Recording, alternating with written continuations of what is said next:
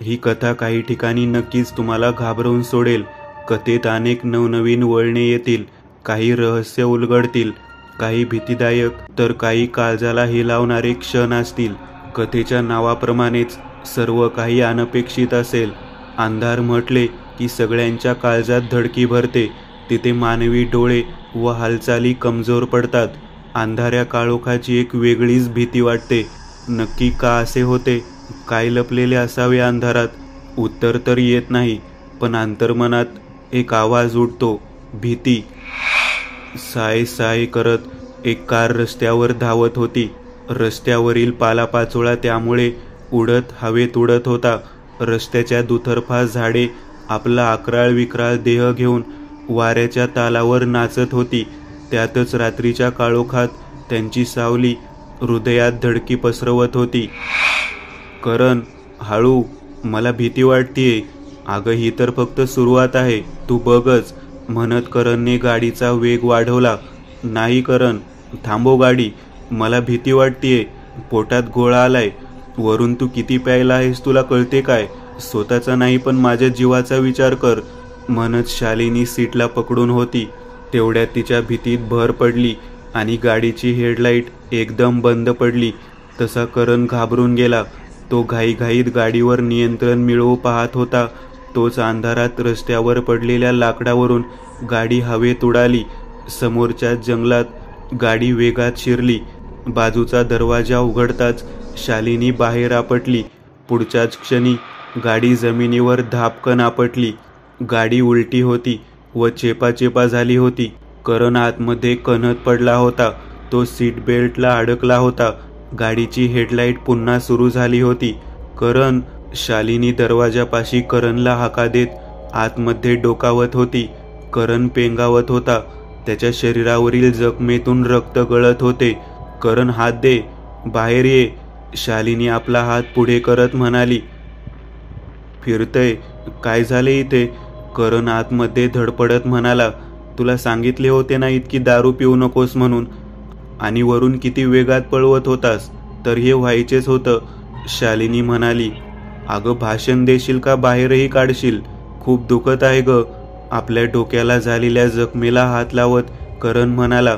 शालिनी दरवाजा उघडण्याचा प्रयत्न करत होती। तोच झाडीत काहीतरी सळसळले। शालिनीने तिकडे दचकून पाहिले। अंधारात तिच्या नजरेस काही पडले नाही, पण काहीतरी झाडांच्या वाळलेल्या पानात फरफटत होते। आपल्या धडधडत्या हृदयाने शालिनी आपले डोळे खिळवून होती। तोच ते उसळी मारून गाडीच्या हेडलाईटच्या प्रकाशात आले तसे शालिनीच्या काळजात धस झाले। पुढच्याच क्षणी ती मागे सरकण्याच्या नादात धपकन खाली आपटली। तिचा श्वास तर आतल्या आत अडकला होता व ती कशीतरी वेगवेगळ्या जागी धडपडत तिथून पळाली। एका झुडपात ती कशाला तरी अडखळून जोरात पडली व कशीतरी सावरत तिथल्या झाडाच्या मागे लपून उभी राहिली। तिची चोर नजर आता गाडीवर खिळली होती। ती धापा टाकत आपले धडधडते हृदय घेऊन त्या झाडाच्या बुडक्याआड आपले अंग लपवत होती, जेणेकरून ती कोणाला दिसणार नाही। इथे करण शालिनीला हाका मारून मारून एक झाला होता। तोच त्याच्या कानी कसला तरी विचित्र आवाज आला व सोबत झाडाची वाळलेली पाने तुडवली जाण्याचा आवाज त्याच्या कानी आला। बाहेर काय आहे हे पाहण्यासाठी त्याने तडा गेलेल्या काचेतून आपली नजर बाहेर फेकली। काहीतरी चमकत होते, त्याच्यावर चिकट पदार्थ वाहत होता व एखाद्या सापाप्रमाणे ते झाडाच्या पानातून मार्ग काढत पुढे सरकत होते। धडधड, करणला आता त्याच्या काळजाची धडधड ऐकू येऊ लागली होती। त्याचे पाय वरती व डोके खाली होते। सीट बेल्टमुळे तो तसाच सीटला लटकून होता। ती आकृती तशीच सरकत त्याच्याच दिशेने येत होती। तोंडातून आवाज निघू नये म्हणून त्याने आपल्या तोंडावर आपले दोन्ही हात घट्ट दाबून धरले होते। आतापर्यंत ते 4 पायांवर चालत असलेले विचित्र गाडीजवळ येऊन थांबले होते। शालिनी पुढे न बघता घाबरून खाली मटकन बसली। तिनेही आपल्या तोंडावर हात घेतला होता। ती पूर्ण घाबरून तशीच रडत बसली होती। तोच पानांची सळसळ तिच्या कानी पडली तशी ती घाबरून गेली। आवाज एकदम जवळ येत होता आणि शालिनीची फिरून पाहण्याची हिंमत होत नव्हती। पुढच्याच क्षणी काहीतरी भस्कन पानातून बाहेर पडले व तिच्या पायावरून निघून गेले. तशी ती घाबरून उठली व एक किंकाळी तिच्या तोंडून फुटली. पण समोरून उंदीर धावत जाताना तिला दिसला. तिने परत घाबरून आपल्या तोंडावर थरथरता हात घेतला व परत ती झाडाआडून डोकावू लागली. तिच्या काळजात धस झाले. तिचा आवाज ऐकून ती आकृती तिच्या दिशेने सरकू लागली होती. लगेच शालिनीने आपले अंग झाडाआड खेचून घेतले व आपल्या तोंडावर हात ठेवून रडू लागली. तिचे अंग थरथर कापत होते व घशाला कोरड पडली होती.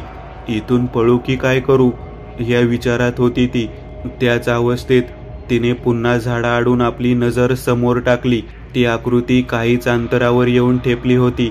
तोच काळजाला धडकी भरवणारा एक खाड असा आवाज आला. आवाज गाडीतून आला होता. सीट बेल्ट तुटून करण गाडीत आपटला होता. परत त्याच्या वेदना चवताळून उठल्या. पण त्याच्याकडे वेळ नव्हता, कारण आवाजाचा रोग घेऊन ते सावट मागे फिरले होते व भराभरा पालापाचोळ्यातून सरकत पुढे येत होते. स्वतःला वाचवण्यासाठी करण धडपडू लागला. कसे तरी त्याने आपले अंग मोडकळीस गेलेल्या दारातून बाहेर झोकून दिले. करण बाहेर पडला. तोच गुरगुरण्याचा विचित्र आवाज त्याच्या काळजाचे ठोके चुकवत होता. करण आजूबाजूला आपली नजर भिरभिरवत होता, पण काळोख आणि हवेत उडणाऱ्या पांढऱ्या धुक्याव्यतिरिक्त तिथे काहीच नव्हते. मग हा आवाज कुठून येत आहे? तेवढ्यात त्याने आपली मान उंचावली. आडव्या पडलेल्या गाडीवर ती भयानक आकृती चढून बसली होती. तिच्या काळ्या केसातून एक चिकट द्रव्य खाली गळत होता. तिला पाहताच करणच्या काळजात धस झाले. तो गडबडीने काहीतरी हालचाल करू लागला. तोच त्या आकृतीने त्याच्यावर उडी घेतली व ओरडणाऱ्या करणची हायगाई न करता ते त्याला फाडू लागले. करणचा आवाज कानी येताच झाडाआड लपून बसलेली शालिनी डोकावली. तिच्या नजरेस करणच्या मृतदेहावर चढून बसलेली ती आकृती दिसली. तशी तिने किंकाळी फोडली. तेवढ्यात त्या आकृतीने आपले रक्ताळलेले तोंड शालिनीच्या दिशेने उचलले. तिचे अंगाऱ्यासारखे लाल डोळे शालिनीवर खिळले होते. लांब दातांवरून लाल रक्त गळत होते. तिला पाहताच शालिनी एकदम गप्प झाली. तिचे संपूर्ण शरीर शहारून उठले.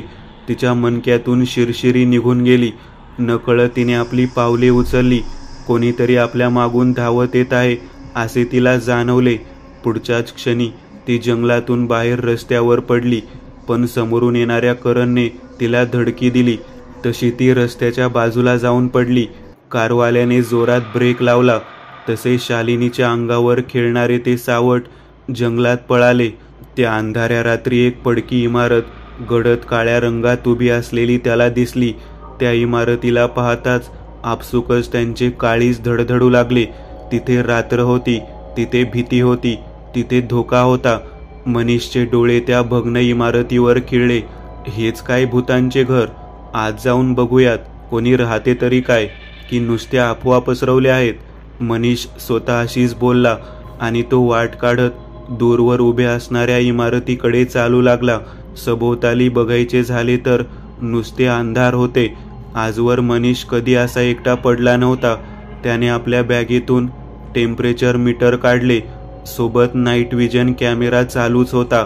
त्या ओसाड पडलेल्या बिल्डिंगमध्ये तो एकटाच कोणाला तरी शोधत होता.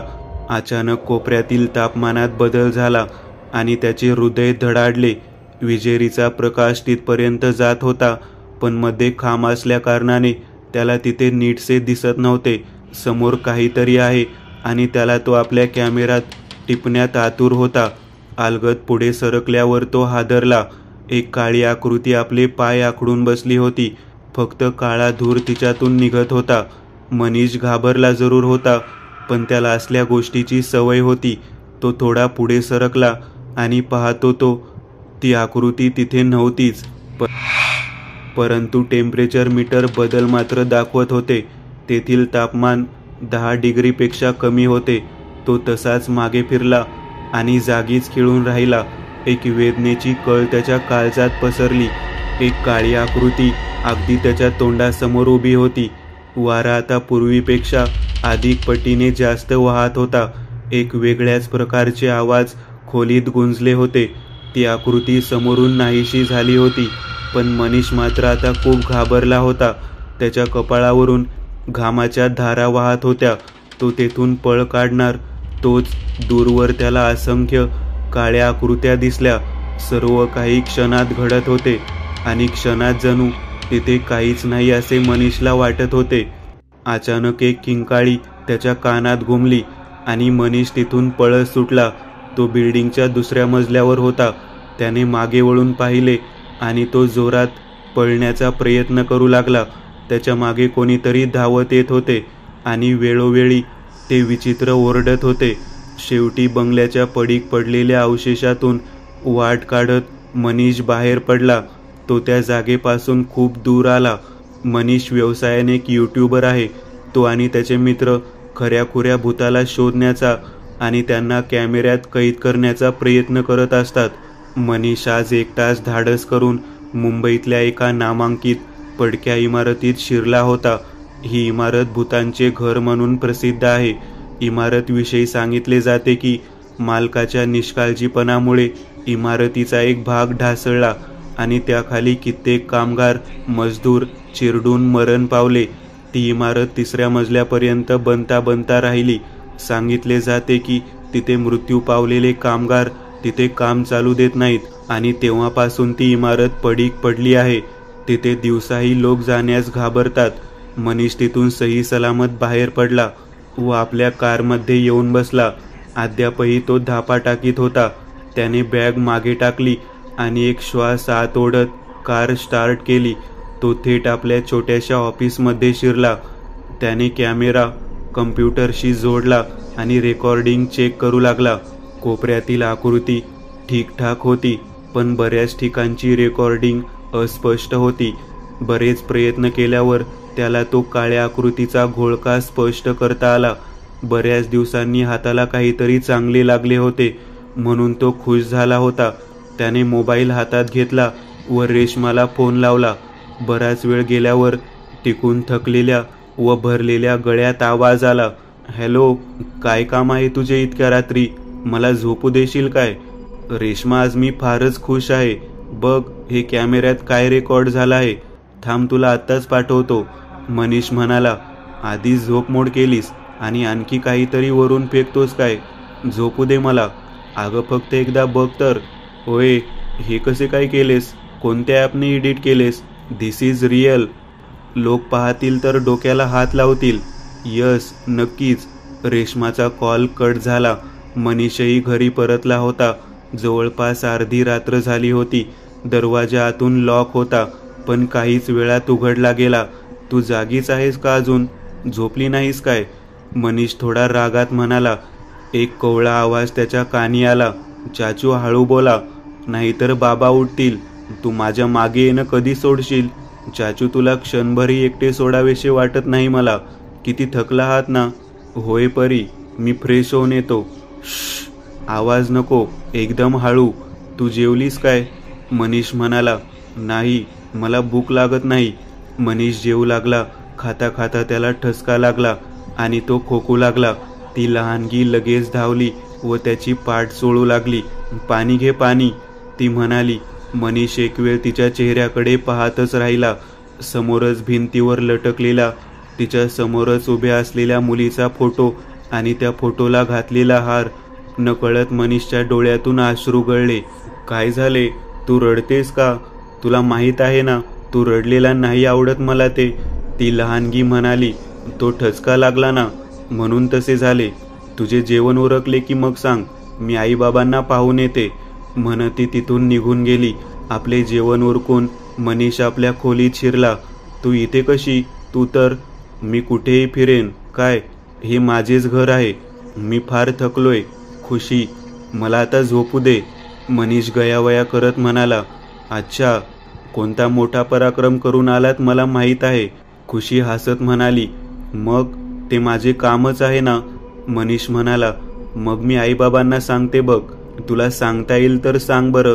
बरं, जाऊ दे, नाही सांगत, पण एका अटीवर, खुशी म्हणाली. कोणत्या? की तुम्हाला एखादी छानशी गोष्ट सांग. बरं, आज मी एका पछाडलेल्या बंगल्यात गेलो होतो. माझे पाय जागीच थांबले. जेव्हा मी कोपऱ्यात एका बाईला पाहिले. कसली बाई?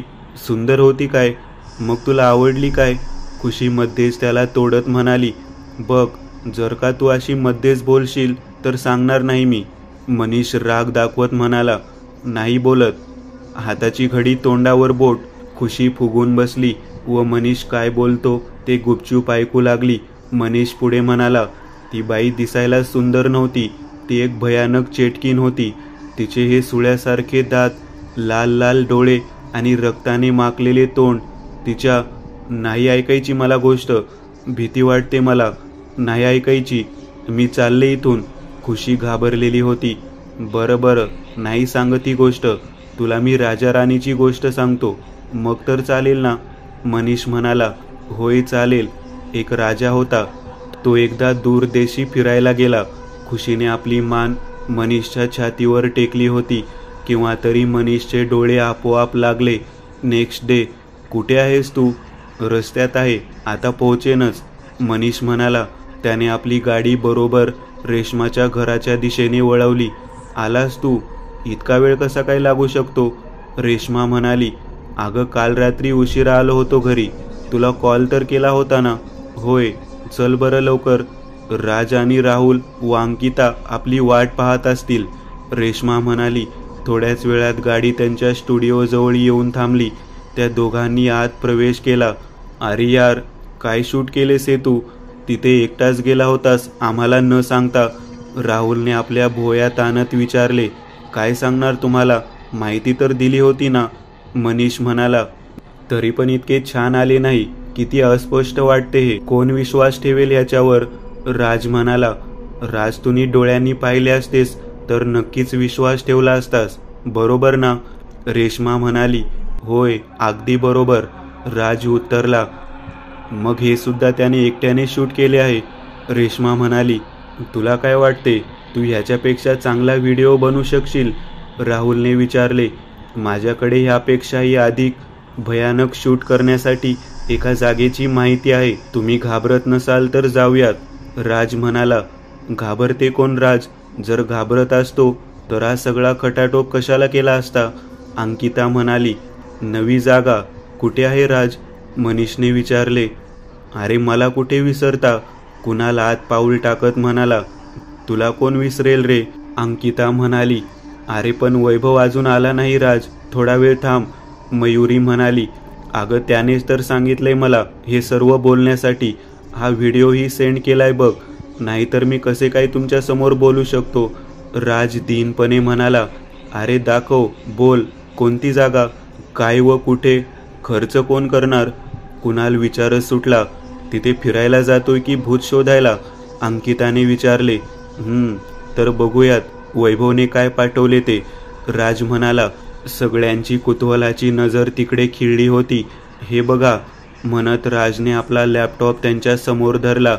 हा जुना राजवाडा. ह्याविषयी मी ऐकले आहे. मनीष म्हणाला. तिथे नको मनीष. तिथे साधे काळे कुत्रेही जात नाही. भीती वाटते मला. अंकिता म्हणाली. घाबरलीस काय? राज हसत म्हणाला. मी घाबरलेली नाही, पण जिथून कोणी परतूच शकले नाही तिथे कशाला? राहुल म्हणाला. तिथून कोणीतरी परतावे नको म्हणून. आय मीन, ह्यापेक्षा अधिक भयानक जागा भेटणार नाही आणि सर्वच तिथले रहस्य जाणून घेण्यासाठी उत्सुक असतात. थोडासा विचार करा. जर आपण तिथे थोडेसेच काहीतरी, कसली तरी गडबड शोधली तरी आपली आतापर्यंतची सर्व मेहनत फळाला येईल, नाही काय? वैभवचा आवाज सर्वांच्या कानी आला. नक्कीच मित्रा. मग जाऊयात राजस्थान फ्रेंड. मनीष म्हणाला. अरे पण एवढा खर्च कोण करणार मनीष? कुणालने विचारले. तसे सगळे गोंधळून गेले. मी असताना तुम्ही इतके टेन्शन का घेता? वैभव हसत म्हणाला. म्हणजे तू सर्व खर्च करणार काय? जाण्या येण्याचा आणि हॉटेल रूमचा? राहुलने विचारले. वैभव, हे अति होत आहे. मयुरी चिडत म्हणाली. वैभव, सर्व जबाबदारी तुझ्या एकट्यावरच कशी काय सोपवू शकतो? रेश्मा म्हणाली. अगं, तू काळजी करू नकोस, मी आहे. वैभव म्हणाला. होय, सगळेही आपापल्या परीने पैसे जमा करतील, मग ते वैभवकडे दिले जातील. मनीष म्हणाला. अंधारात पांढरट धुके पसरले होते. हवेत तीच गती होती ज्यामुळे झाडाची पाने सळसळत होती. समीर आपल्या टेबल खुर्चीजवळ बसला होता. त्याचे काम काय तर तेच लाजिरवाणे ड्रग आणि दारू. त्याला ती लतच होती. आज आई बाबा घरी नव्हते. हा 19-20 वर्षाचा तरुण आज मनसोक्तपणे दारू पीत पडला होता. तेवढ्यात बाजूला काहीतरी खडाडले. तसे समीरच्या काळजाचा ठोका चुकला. कशाला तरी ठप ठप ठक ठक व कुठेतरी शरीराला शहारून सोडणारा खडखडाट कानी येत होता. नको म्हणत असतानाही कसली तरी उद्युक्त करणारी इच्छा त्याच्या मनात निर्माण झाली. तो जागेवरून उठला व नेमका खोलीबाहेर हा आवाज कसला येत आहे ते पाहण्यासाठी तो बंद दरवाजाजवळ गेला.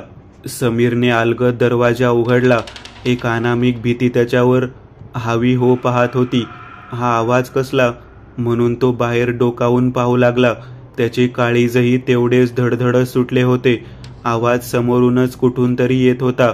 त्याचा अंदाजही लावणे थोडे कठीण होते व समीरसाठी तर खूपच कठीण, कारण तो माजला होता त्यामुळे झिंगत होता. डोळे लाल पडले होते व त्याच्यावर एक प्रकारची तंद्री चढली होती. त्याच स्थितीत तो बाहेर पडला. ठप ठप जिन्यावरून काहीतरी धडधडत खाली जात होते. ते समीरच्या नजरेस अंधुकसे दिसत होते. काहीतरी गोलाकार वस्तू होती. पुढच्याच क्षणी ती स्टूलवरील फुलदाणीवर आपटली व फुलदाणी खळ करून फुटली. त्या आवाजाने समीर थोडा दचकला. कोण आहे म्हणत समीर डुलत जिन्याशेजारी गेला. तो वरतीच उभा होता व हॉलमध्ये नजर फिरवत होता. तोच एक कुबट वास त्याच्या नाकात शिरला. तो शी करत नाक ओढू लागला व चहूबाजूला आपली नजर फिरवू लागला. काहीच नव्हते तिथे. आतापर्यंत शांत वातावरणात आणखी एका भीतीदायक गुरगुरण्याच्या आवाजाने भर घातली. आवाज अगदी जवळून आल्यासारखा वाटत होता, पण कुठून? हा पट्ट्या इकडे तिकडे पाहत होता.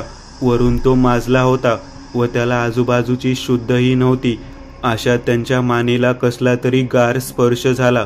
त्याने आपला हात मानेवर टाकला व हाताला लागलेला चिकट पदार्थ तो निरखू लागला. समीर पुरता घाबरून उठला होता. कसे तरी आपले डोळे वटारून त्याने वरती पाहिले. पुढच्या क्षणी तो ओरडून मागे सरकला. त्याच्या काळजाला लागलेल्या कळेमुळे त्याचे तोंड वेडेवाकडे झाले. छताला एक काळी आकृती पालीसारखी लटकली होती. तिचे चिकट केस खाली लोंबकाळत होते व तिच्या चेहऱ्यावर लाल डोळे निखाऱ्याप्रमाणे चमकत होते. ती आपले तोंड विचकत होती. तिचे बाहेर पडलेले सुळ्यासारखे दात व तिच्या तोंडातून खाली गळणारी लाल सर्वच भीतीदायक होते. तिला पाहून समीर पुरता घाबरून गेला होता व भीतीने थरथरत उभा होता. तो स्वतःला वाचवण्यासाठी पुढे काही कृती करणार, तोच त्या छताला चिकटलेल्या आकृतीने त्याच्यावर झडप घातली. तसा तोल जाऊन समीर जिन्यावर कोसळला. धाड धाड धप धप करत तो नेमका हॉलमध्ये येऊन स्थिरावला. असंख्य वेदना त्याला जाणवत होत्या. वरून कपाळावरून वाहणारे रक्त त्यांच्या तोंडावरून गळत होते. तो फार घाबरून गेला होता व आपली भिरभिरती नजर तो घरभर फिरवत होता. तोच अचानक लाईट चालू बंद झाली व उजेड एकदम कमी झाला आणि पुढच्याच क्षणी सोफ्यामागून ते सावट बाहेर निघाले. समीरच्या गुडघ्याला चांगला मार लागला होता, त्यामुळे त्याला पळता येत नव्हते. तो हळूहळू दरवाजाच्या दिशेने सरकू लागला. तो कसा तरी धडपडत तिथपर्यंत पोहोचला व दरवाजा उघडून तो बाहेर पडणार तोच एक घट्ट पकड त्यांच्या पायावर पडली व त्या भयानक आकृतीने त्याला आतमध्ये खेचले. काळजाला चिरणारी एकच किंकाळी तिथल्या भयानक वातावरणात घुमली. ती समीरची होती. त्याच्यावर अचानक कोसळलेल्या मृत्यूची होती. त्या 8 मित्रांनी राजस्थान गाठले होते व एका हॉटेलात आपला मुक्काम ठोकला होता. आजचा दिवस काही त्या महालात जाता येणार नव्हते. त्यांनी काही दिवस तिथे फिरायचे ठरवले होते व त्या महालाची पाहणी करायचेही त्यांचे ठरले होते. काय महाल आहे रे! वैभवच्या निवडीची आणि राजाच्या सादरीकरणाची दाद द्यावी लागेल, अंकिता म्हणाली. चला तर मग लगेच जाऊयात. राज म्हणाला. अरे खाऊ आहे काय? भूत पकडायला आलो की फिरायला? राहुल म्हणाला. उद्या रात्री पक्के, सर्व तयारी करून येऊयात. कुणाल म्हणाला. हे गाईज, पण हे भयानक वाटत नाही काय? मयुरी थोडी घाबरली होती. तिच्या काळजाचे ठोकेही महालाकडे पाहून चुकत होते. एक उंचपुरा महाल होता.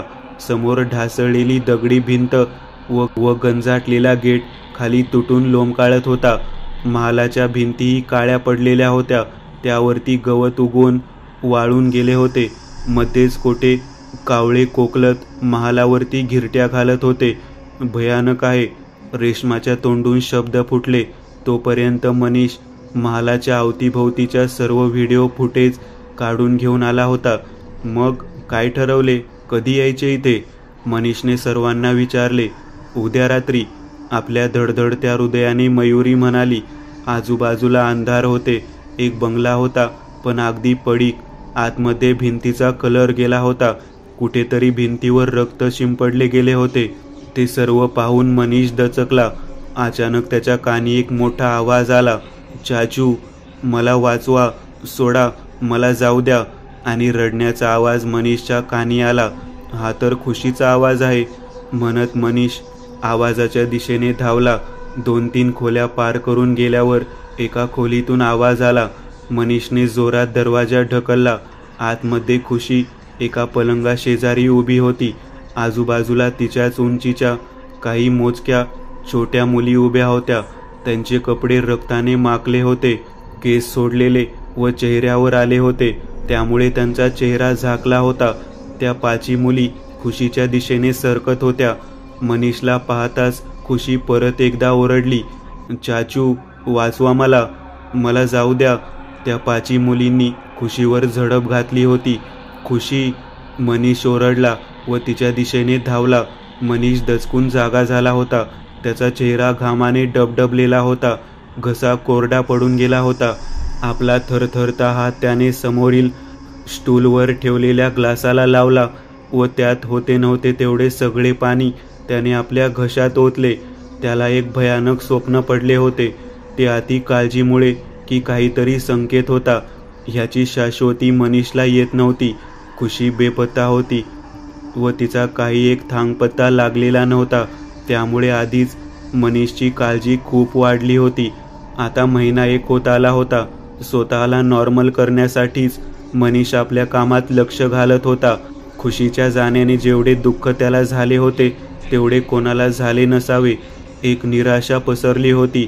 तो डिप्रेशनमध्ये निघून गेला होता.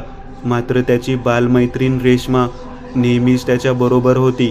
वरून अचानक खुशी त्याच्यासमोर प्रकट झाली.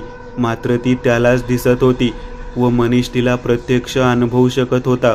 म्हणून तो एकदम नॉर्मल झाला. ही गोष्ट फक्त रेश्माला ठाऊक होती. दोघेही डॉक्टरकडे गेले होते. मानसिक आजार म्हणून डॉक्टरांनी काही औषधे लिहून दिली होती. तोच मनीषचा फोन घणाणला. नंबर अननोन होता. मनीषने हिरवे बटन ड्रॅग केले व मोबाईल आपल्या कानाला लावला. हॅलो चाचू, माझी आठवण येते काय? तिकडून खुशीचा आवाज आला. होय, खूप खूप. तू इथे असली असतीस तर किती बरं झालं असते, मनीष म्हणाला. मग येऊ काय? नाही, नको. तू इथे आलीस तर लहानग्या राजूला कोण सांभाळेल, मनीष म्हणाला.